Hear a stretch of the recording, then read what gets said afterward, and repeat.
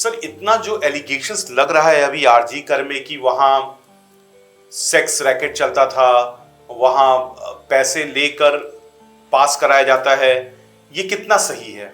देखिए, पैसे लेकर पास कराया गया था, ये बात बिल्कुल सही है, क्योंकि डॉक्टर संदीप को पोस्ट ग्रेजुएशन स्टूडेंट से उनके कुछ इंटर्न स्टूडेंट थे, वो जो फेल हो जाता था उसको पास कराने के लिए एक 10 लाख रुपए का रेट था उनका, जिसमें 2 लाख स्टूडेंट लेते थे, 8 लाख उनको मिलता था।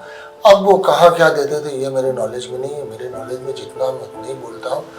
तो ये क्वेश्चन भी कभी कभी आंसर के साथ दे दिया जाता था, यूजी स्टूडेंट को भी फेल कराया जाता था, कुछ स्टूडेंट को तो बार बार फेल कराया जाता था, जो इंटर्न थे उनके बात नहीं सुनते थे, नहीं मानते थे, या उनके अनजस्टिफाइड डिमांड को नहीं मानते थे।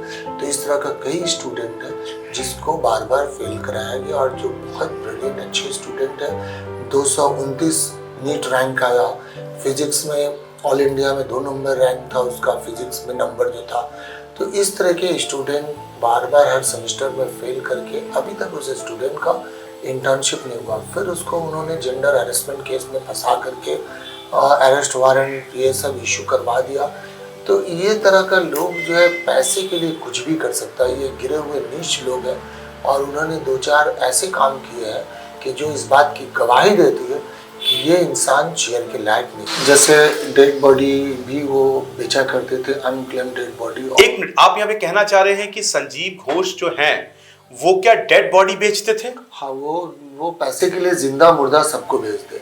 वो डेड बॉडी जो अनक्लेम्ड डेड बॉडी होता था, जैसे एक्सीडेंट केस जो लावारिस लाश होता था, उसको वर्कशॉप के लिए पैसे लेके देते थे, कोई प्राइवेट इस्टेब्लिशमेंट को दे देते थे जिनको डिसेप्शन के लिए बॉडी का ज़रूरत होता था, उसके एवज में वो पैसे लेते थे। और ऐसा नहीं कि डेड बॉडी का जो डेथ रजिस्टर होता है उसको उन्होंने गायब भी कर दिया कि कोई रिकॉर्ड नहीं रहे। नेशनल ह्यूमन राइट कमीशन में एक कंप्लेन हुआ था, क्योंकि कुछ पीएम केस जो पोस्टमार्टम के लिए, तो पोस्टमार्टम से पहले उन्होंने वर्कशॉप के लिए 4 ऐसी बॉडी को दे दिया था, और बगैर पेशेंट पार्टी का कंसेंट के, किसी का परमिशन के। तो जो वहाँ फॉरेंसिक मेडिसिन के एचओडी ने थे, उन्होंने कंप्लेन किया था कि बॉडी पीएम होगा इसके पहले आपने क्यों दिया, क्योंकि हम काट छाट तो पीएम में करेंगे।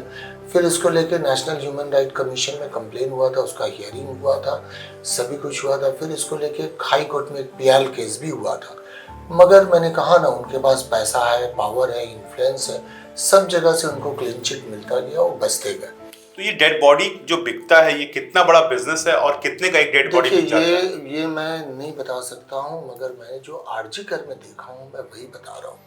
मैं क्योंकि सारे इंडिया, सारे वेस्ट बंगाल के बारे में, मैं आपके आरजी कर की बात कर रहा हूँ। कितने का? आरजी कर में 4 बॉडी को चूंकि रेड हैंडेड पकड़ा गया था, तो ये 4 बॉडी बाय नेम, इसका कंप्लेन भी हुआ था और ये पीआर भी हुआ था हाई कोर्ट में। और इसमें पुलिस ने जो है नेशनल ह्यूमन राइट कमीशन से उनको समन किया था, सुपरिटेंडेंट ऑफ पुलिस ने भी समन किया था, उनको भी किया था, और भी 2-4 लोगों को किया था, फॉरेंसिक मेडिसिन के एचओडी उस वक्त के जो भी थे। और फॉरेंसिक मेडिसिन के एचओडी ने भी खुद कंप्लेन किया था नेशनल कमीशन को। तो काफ़ी दिन ये मैटर चला, फिर उसके बाद मुझे नहीं पता कि कैसे उनको क्या हुआ।